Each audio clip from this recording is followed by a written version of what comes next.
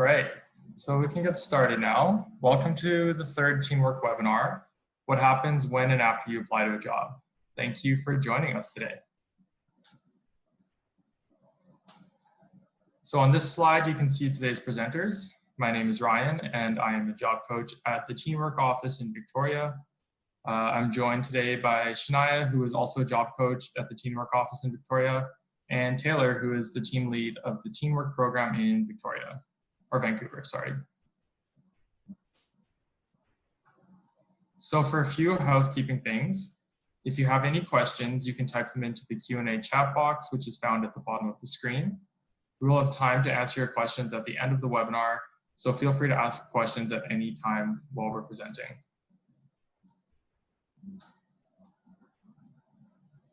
Before we get started, TeenWork would like to acknowledge with respect that our Victoria office stands on the territory of the Lekwungen peoples, as well as honoring the Songhees, Esquimalt, Wasanich, Musqueam, Squamish, and Tsleil-Waututh nations whose relationship with the land continue to this day. So what is TeenWork?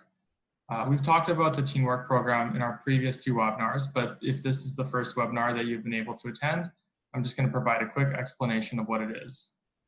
TeenWork is a youth employment program created by Canasys at the University of Victoria.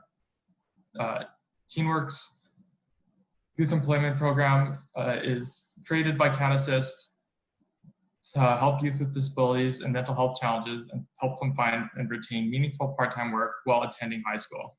TeenWork is unique in that its services are focused on supporting teenagers and young adults, which fills a gap in services provided with other programs. If you would like to find out more about TeenWork, we will provide a contact email at the end of this webinar.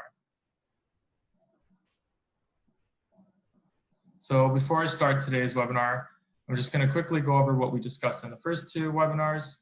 Our first webinar was discovering what job is right for you. We discussed how your interests can help you find a job, how to think of your life experiences as job-related skills, how to consider your strengths and challenges when applying for a job, tips for looking for a job that'll suit you, and a number of other factors related to job searching, such as motivation, location and transportation, environmental preferences, and availability.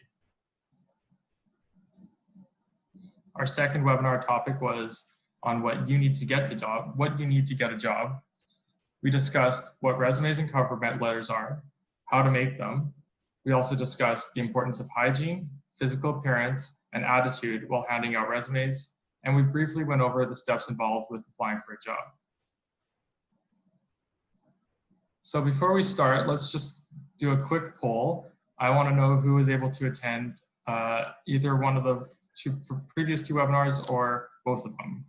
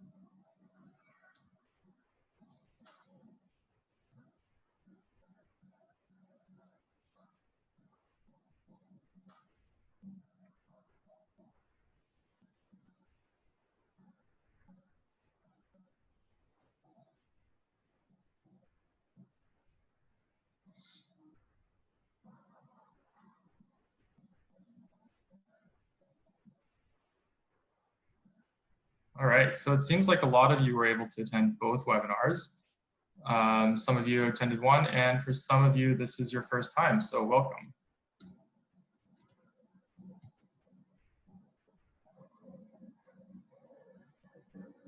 Okay, so if you missed either of the previous two webinars, you can catch up by watching them on our YouTube channel at TeenWork Canasys. So just type TeenWork Canasys into YouTube and you'll be able to find our previous two webinars. Today's webinar will focus on the topic of what happens after you apply for a job. So our session agenda for today is as follows. We will begin by talking about applying to jobs both online and in store, and what the differences between these two methods are. Then we will discuss interviews, how to accept, reschedule, or reject a job interview, and some key points to keep in mind while attending an interview. Finally, we will review how to reject a job offer and the steps to take if you're rejected from a job. Okay, so hello, my name's Taylor, and as Ryan said, I'm the team lead of the TeenWork program in Vancouver. So as we mentioned, our first section of today's webinar is how to apply to jobs. Before we get into the steps of applying to a job, we are going to first take a look at some things that are important to consider before you apply. So let's start out with a poll. You're going to receive a prompt for a poll on the screen just like last time. And I'd like to know who has applied for a job before.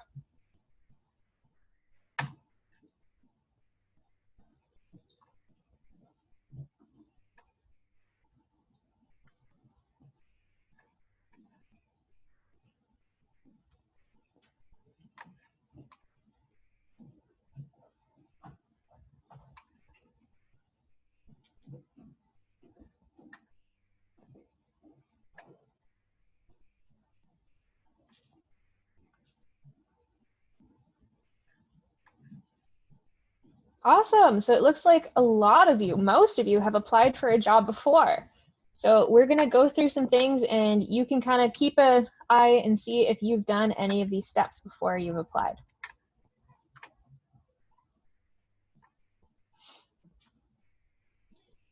To get started today, let's talk about searching for positions. So there's lots of different ways that you can search for a job. Some people prefer to only look for jobs that are posted on job searching sites, and some prefer to look directly at a company website. There's no wrong way or right way to look for a job, so just do what you're comfortable with. You can use online search engines such as Indeed, visit company websites, and apply directly, or you can look for signs and advertisements in a company's doors or windows. You might want to use multiple ways to search for jobs to increase your chances of finding a job that's right for you. But it's okay to only use one of these methods when you first start looking for a job to help keep yourself organized. When searching for a job, it's beneficial to have an idea of the type of job you want in order to help narrow down the search results. Searching through all the listings will give you hundreds of results and will take a lot of time to search through. If you narrow the search results by searching only for, say, cashier positions or only for jobs at Walmart, this will help you get more modified and a much clearer search result. It's also beneficial to have an idea of what you would or how much you would like to be working, and if you'd like to work full-time, part-time, or seasonally. We're going to go over what these three mean in the next 3 slides. So full-time. Working full-time means that you'll be working around 35 or 40 hours per week. A full-time job often means that you'll have a set weekly schedule, meaning that you'll likely work the same shift every day and have a reliable and steady income. There's many benefits to working full-time, such as benefits in health insurance, helping you develop a good sense of belonging with your coworkers, and helping you develop a good work-life balance. A part-time job means that you'll generally be working less than 30 hours a week at one job. Some benefits of working part-time are that you will be able to work while you're attending school. It gives you more time for hobbies, activities, or other personal commitments, and gives you a great work-life balance if you have a busy lifestyle.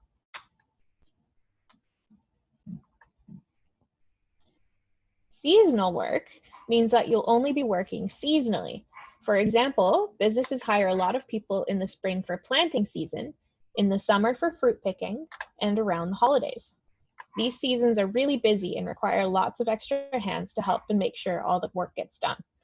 Seasonal work can be beneficial for people who are attending school and only wish to work in the summer, or for those who want to work a lot of hours all at once and then have free time to travel or do other activities.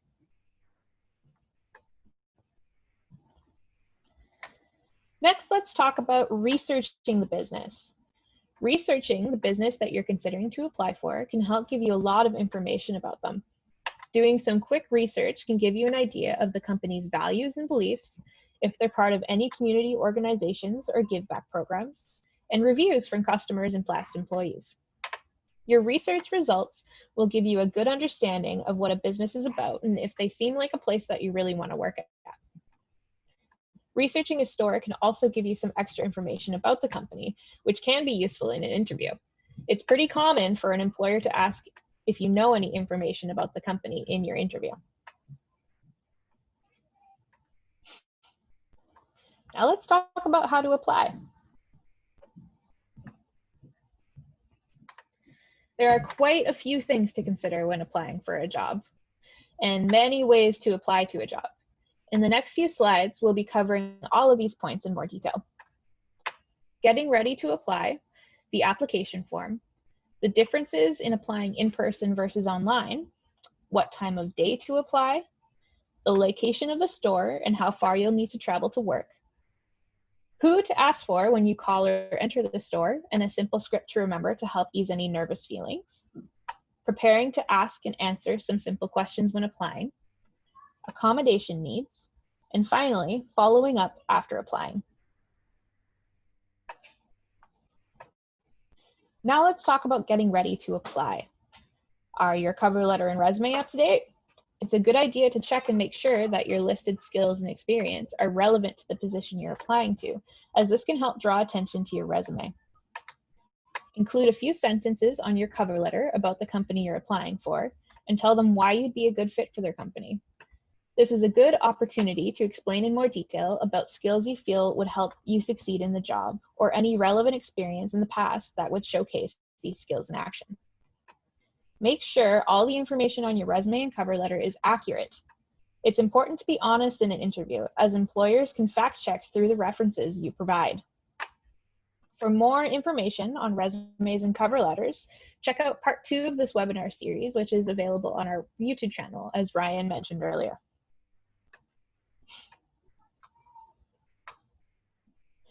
Whether you apply online or in person, you'll probably be required to fill in an application form. An application form asks important questions that relate to the job, such as your availability. It's important to include which days of the week you're available to work, as well as the hours you have available each day. If you have soccer practice on Thursday evenings, you'll want to mark down that you're unavailable to work on Thursday evenings.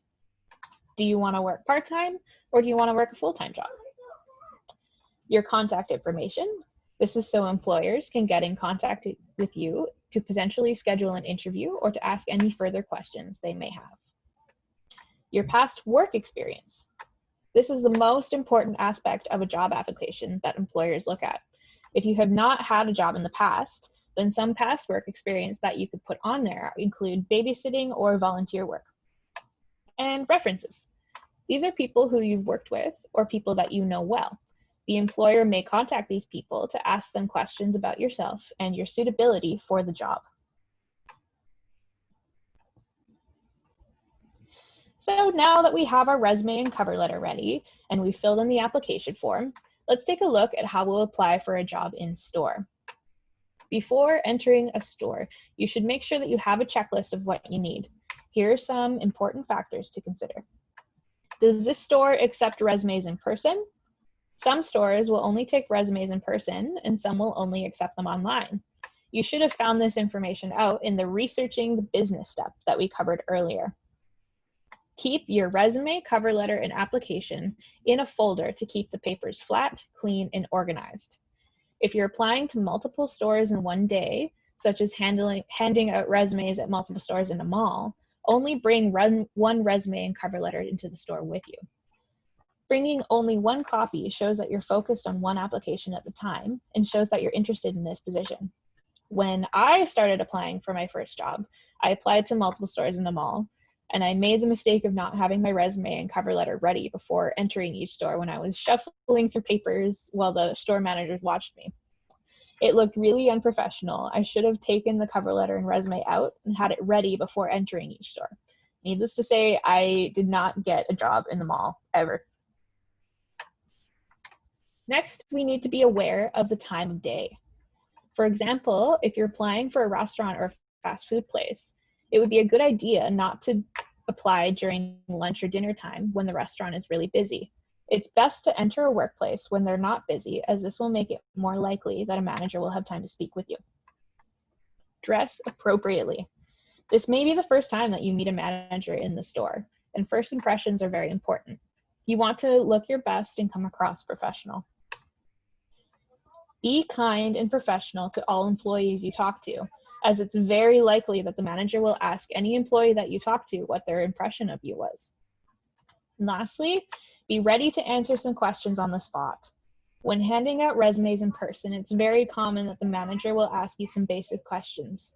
These questions are often about your availability, including if you're looking for part-time or full-time work, if you're in school, and what position you're interested in.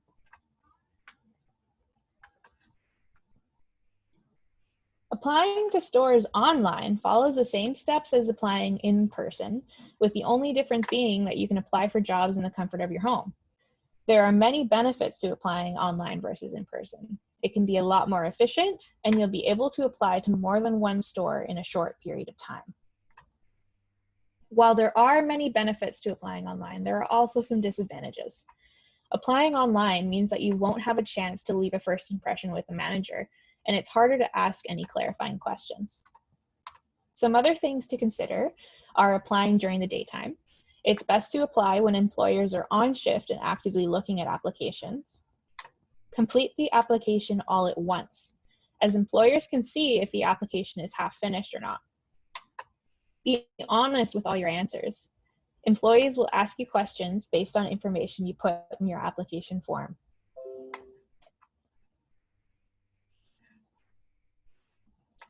So now, what is an accommodation?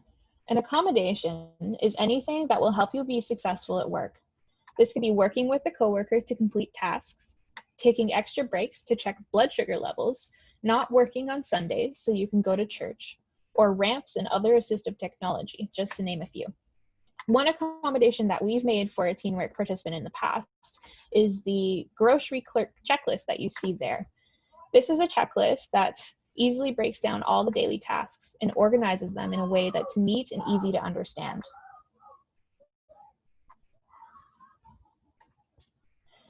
As an employee, you have a choice to disclose a disability to your employer. However, if you need accommodations on the job, you must disclose that. Think about the types of accommodations you might have needed in the past at school or at home. What kind of tasks have you needed help or support with? Maybe you need help lifting heavy objects, or you need someone to write down your answers for you during a test. A simple way to think about it is as if completing a task without some form of help would be dangerous to you or others. You must ask for an accommodation. There are many ways of asking for a workplace accommodation. Keep in mind that accommodation that you may need and do what you are comfortable with. You can ask an employer for accommodation either during a phone interview, in the in-person interview, after the interview but before accepting the position, after accepting the position, or you can express the need for accommodation within the application. If you require accommodation to fill out the application form, most employers can provide a number for their HR department to help you with it. When requesting an accommodation, do what you're most comfortable with. These are all examples of what you can do, but if there's something else that you're more comfortable with, do that instead.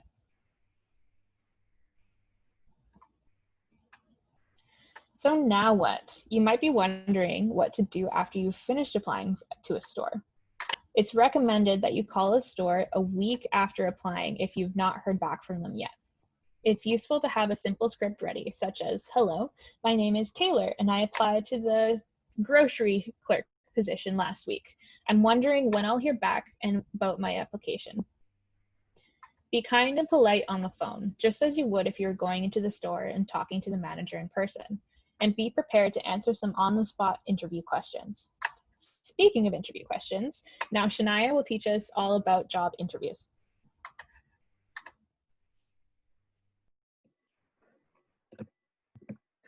All right, yes, thank you, Taylor. So as mentioned, my name is Shania, and I'll be taking you through the next section of the webinar on job interviews. So before we begin this section, we have another quick poll for you, which will come up on your screen now. We are interested to know if anyone attending the webinar today has been to a job interview before. We will give everyone a few moments to answer that.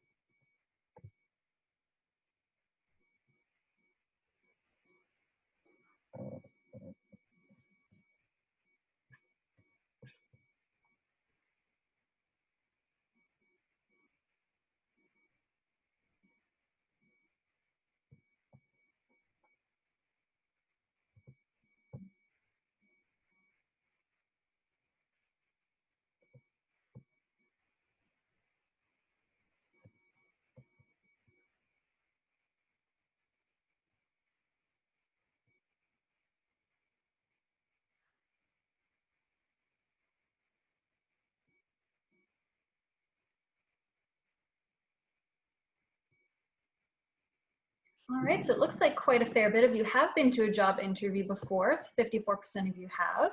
That is really awesome. All right.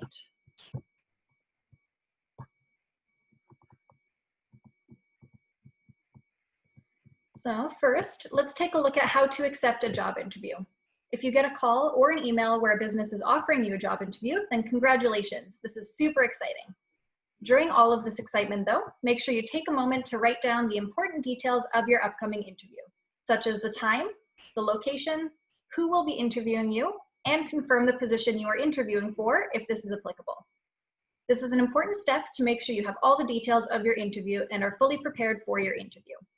Make sure you read back the details to make sure they are written down correctly.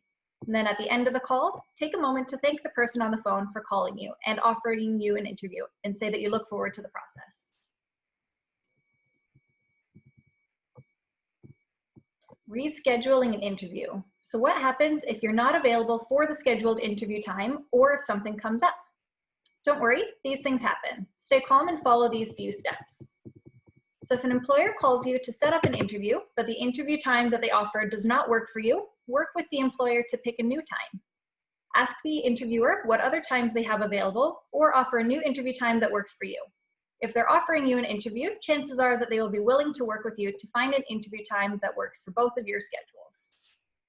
If you agree on an interview time, but something comes up and you're no longer able to attend the interview at that agreed upon time, make sure to call the employer and reschedule. This shows that you're serious about interviewing. Make sure you call as soon as you know that you need to reschedule. You do not need to say why you're unable to attend the scheduled interview time, just that something came up and you need to reschedule. Rejecting an interview. So there are many reasons to reject or turn down a job interview. You may have gotten a job somewhere else, you're no longer able to work due to a personal matter, or you just don't want to work at that store anymore. Whatever the reason, if you're offered a job interview, you do not need to attend if you no longer want to. If you are turning down a job interview, make sure you tell them that you no longer wish to interview so that they do not think that you're standing them up or ignoring their job offer. Make sure that you respond to the interview, email, or phone call to inform them of your decision to not accept the interview and call back if they left a voicemail for you. It's important to be kind and professional while turning down a job interview, as you may want to apply to the store again at a later time. So when I was 18, I was looking for my second job. I had finished high school and I was looking to work more hours per week, which unfortunately I could not do at my current job. I applied to multiple jobs and had multiple job interviews. I got a call back from Walmart and they offered me a permanent position where I would be working full-time hours over the holiday season and then part-time once the holidays were done. A few days after I accepted this position at Walmart, I got a call back from a shoe store that I had also applied to. I missed the call, but they left a message for me. They offered me a job interview for a position where I would be working full-time for the holiday season, but the position would be seasonal, meaning I would not have a job once the holidays were over. I decided to stay with the Walmart job, so I called the shoe store and explained that I had accepted a position elsewhere, so I would not be interviewing for the position that they wanted to interview me for. I thanked them for the offer and their time and wished them luck in finding someone to fill the position.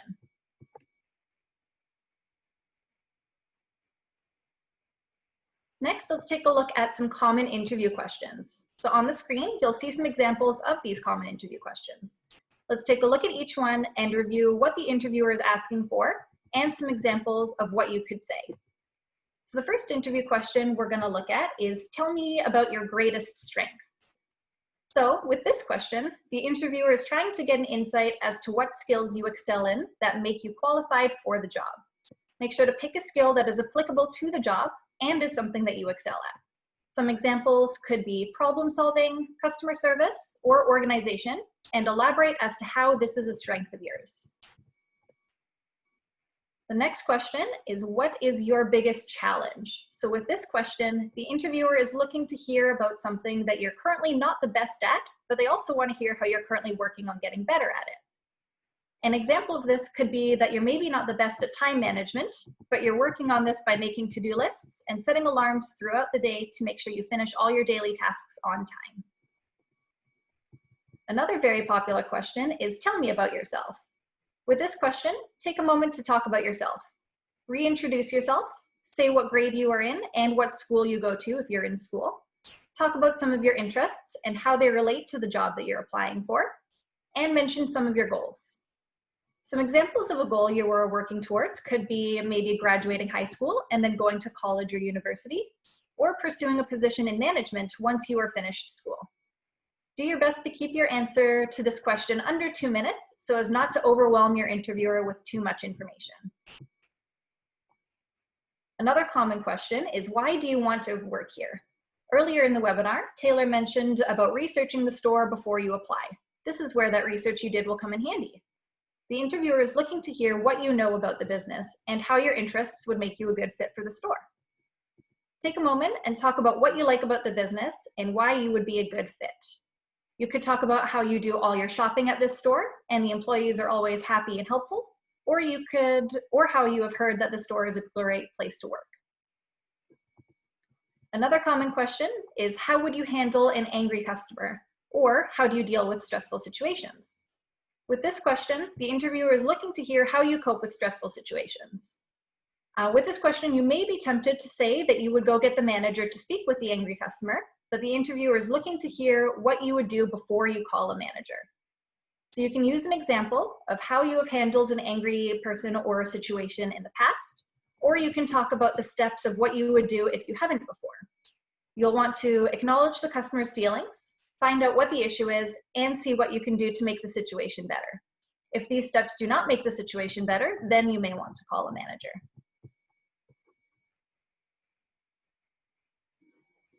So before and during your interview, if you manage to get an interview, great job. Not everyone gets offered an interview, so take a moment to feel proud of yourself. Before your interview though, there are a couple things you can do to make interview day less stressful. So before you go to your interview, make sure to plan your route and have time to arrive at least 10 minutes early. Arriving early is an easy way to show that you're interested in the job and are taking the interview process seriously. And make sure to bring an extra copy of your resume to the interview. This shows that you are prepared. During your first interview, you may feel nervous, and this is completely normal. Make sure you eat something before your interview and take a few deep breaths before the interview begins. This can help keep you calm and focused and make the interview feel a bit less scary. During the interview, remain calm and take your time answering questions, and do your best to keep your answers no longer than 2 minutes. Be friendly and try your best to smile during the interview. This shows that you are engaged and excited to be there. Avoid one-word answers like yes or no. If you do answer with yes or no, explain why you answered that way. For example, if the interviewer asks, do you have any past work experience? Don't just say no. Instead, say something like, no, I don't, but I'm currently looking for my first job. Make sure that you make eye contact. So eye contact shows that you are listening to the interviewer and are paying attention to what they are saying. Try to relate your answers to, or try to use professional examples from your past experiences to answer questions. You can relate your answers to school projects, extracurricular programs like sports or drama class, or volunteer experience. This gives the interviewer an idea of how you have handled certain situations by giving them real-life examples. At the end of the interview, it's a good idea to ask some questions. So you could ask some clarification questions if you need more information about the position, or you could ask your interviewer some questions about why they like working there and what their favorite part of their job is. Asking questions shows that you are paying attention throughout the interview and that you're very interested in this position. Remember though, that it is okay to be nervous in an interview. Everyone is nervous during their first job interview, and they will understand if you make some mistakes. All right, accepting a job offer. So the first part of this is receiving a job offer. A job offer can be given in many ways. Some of the most common ways that an employer will offer an applicant the position are through an email, over the phone, or in person after an interview.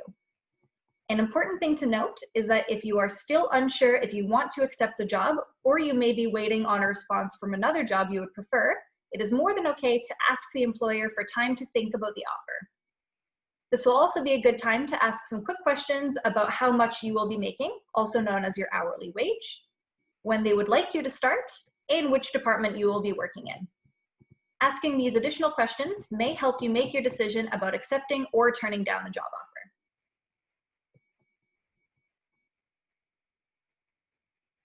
Accepting a job. So there are many things to consider when you are accepting a job offer, such as, is this job close by? Is this a position I can see myself working in for a long time? Am I excited about this job? Will the schedule be flexible during the school year? Is this the job I was hoping to get?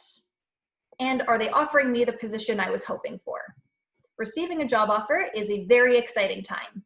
It may be tempting to accept the job offer right away, but make sure you have thought about all of your options before you accept the position to make sure that you're making the best choice.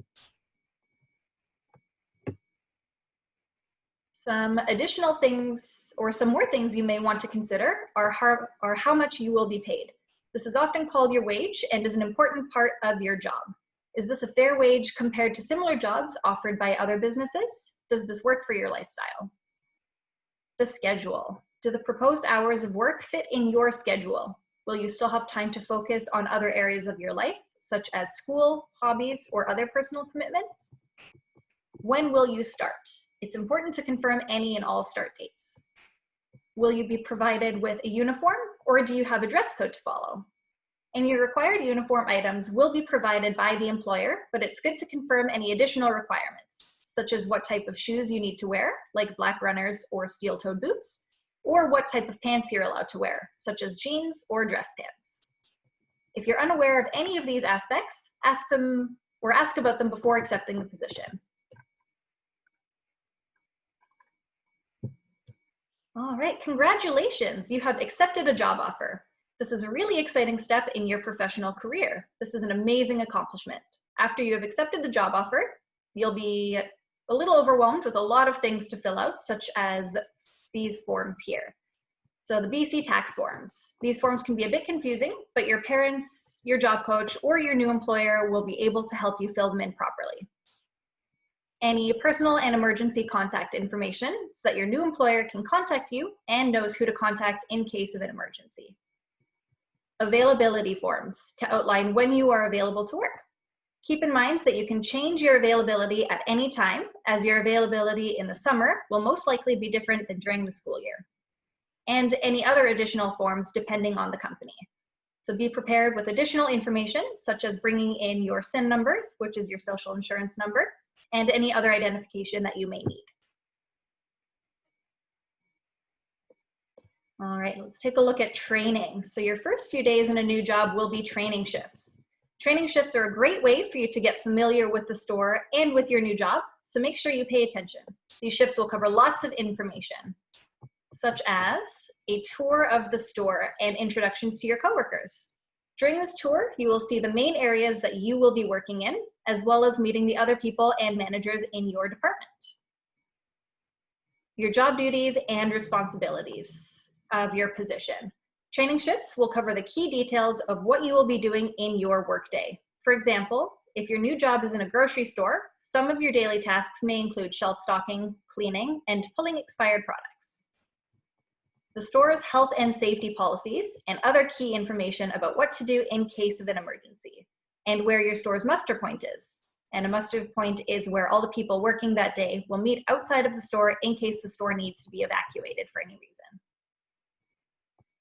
Training shifts will also bring you through many training videos, such as WHMIS, which stands for Workplace Hazardous Materials Information System, how to report and identify health and safety concerns, and how to complete other additional job duties and tasks.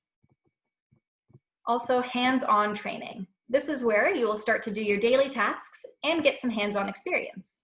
You'll most likely spend your first few floor shifts working with a training buddy to help you feel comfortable and to learn techniques of how to complete the daily tasks. During all of your training, don't be afraid to ask for any clarification questions. All right, the last section of today's webinar is on rejecting a job offer and being rejected from a job, which Ryan will be presenting.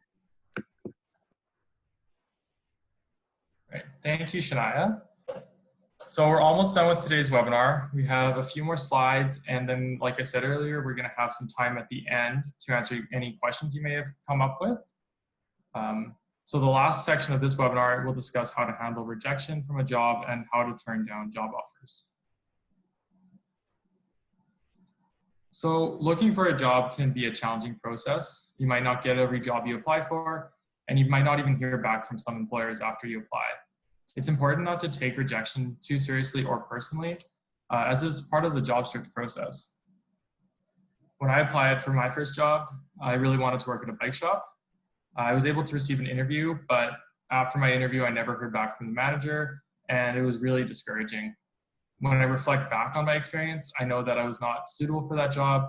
At that time, I learned that I needed to research the company more before my interview and probably pick up some more experience to help me with my next interview.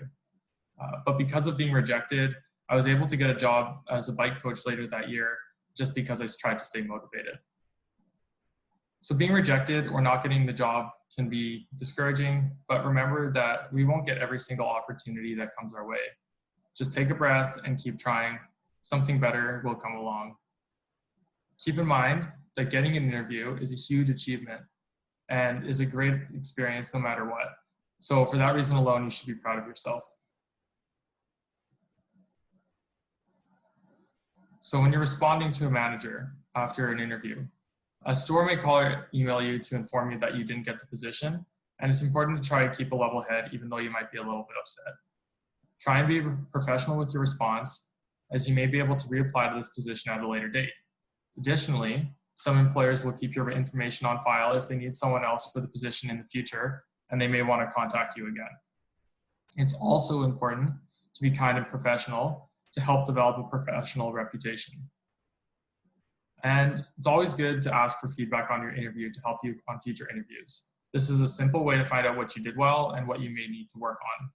Asking for feedback shows that you are looking to learn and grow from your experiences, and the managers will likely remember you if you do apply again at that store.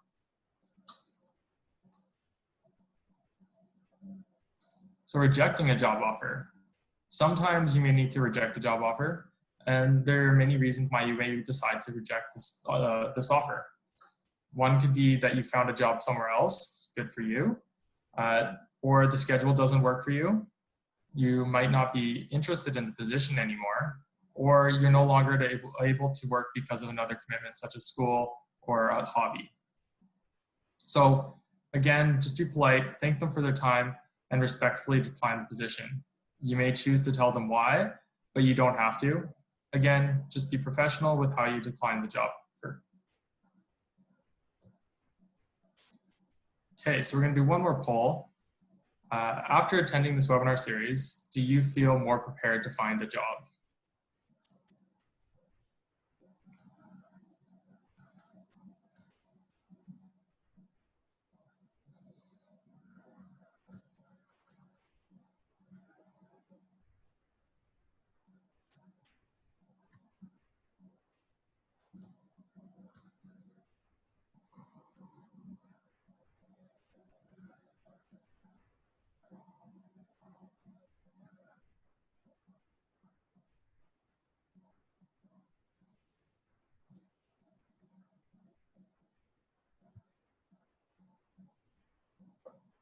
Okay, so it looks like most of you say that you feel more prepared after this webinar series, and that's awesome to hear. I'm glad that you were able to take some information away from it.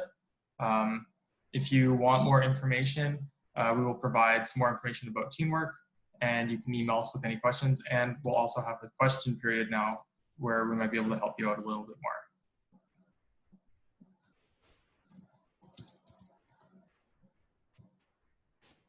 So this brings us to the end of our third webinar. Thank you so much for joining us. Today, we discussed the different ways you can apply for jobs, including in-store and online. We also discussed the benefits and challenges associated with each type of applying, as well as the different types of employment you could have, such as part-time or full-time. Then we discussed how to accept a job interview. We also went over what to do if a suggested interview time doesn't work for you and you want to reschedule. After that, we talked about how to accept a job offer and the considerations you need to make before starting work, including the type of job and if it fits your interests. Finally, we discussed what to do if you did not receive the job offer or you are no longer interested in that position. So if anybody has any questions or needs clarification about the material, please ask now, or you can send us an email at the email on the screen at teenwork@canassist@uvic.ca.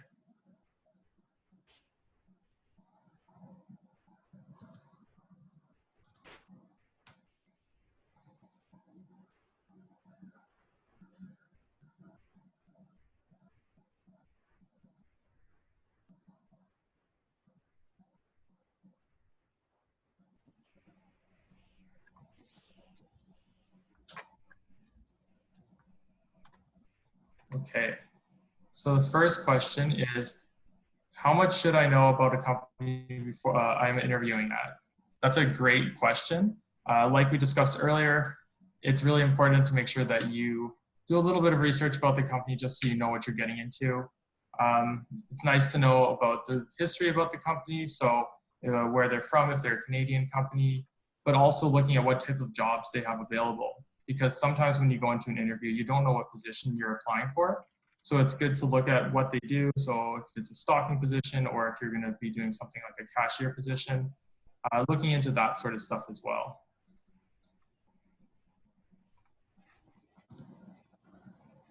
Next, we have someone asked us, what should I put, or what do I need to put on the BC tax form?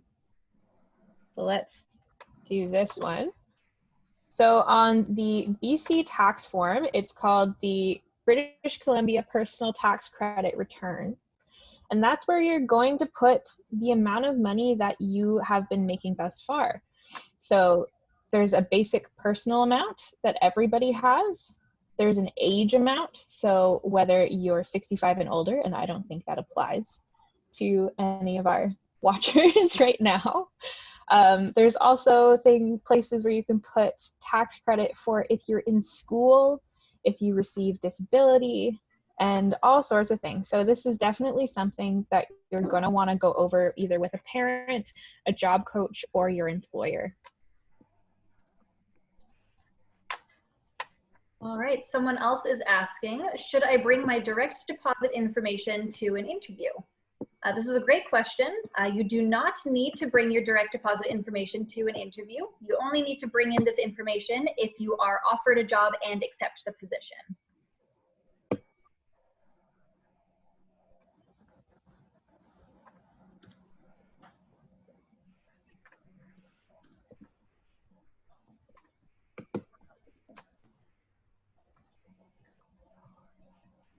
Give it a couple minutes, see if anybody has more questions. And remember, if you can't think of any questions right now, you can always email us at teenwork@canassist@uvic.ca. You also might find answers to your questions by going back into our other webinars that are all posted on the TeenWork Can Assist YouTube channel.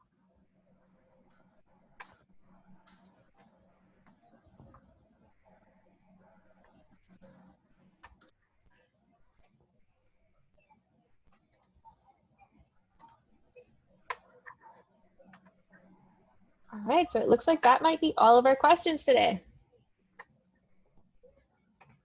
So thank you for attending our three-part webinar series. Like we've said already, if you have any additional questions that weren't answered or you didn't think of right now, you can email us at teamwork@canassist@uvic.ca. And if you didn't get the chance to check out the previous two webinars, please visit our YouTube channel at TeenWork Can Assist, and you can look at the first two webinars there.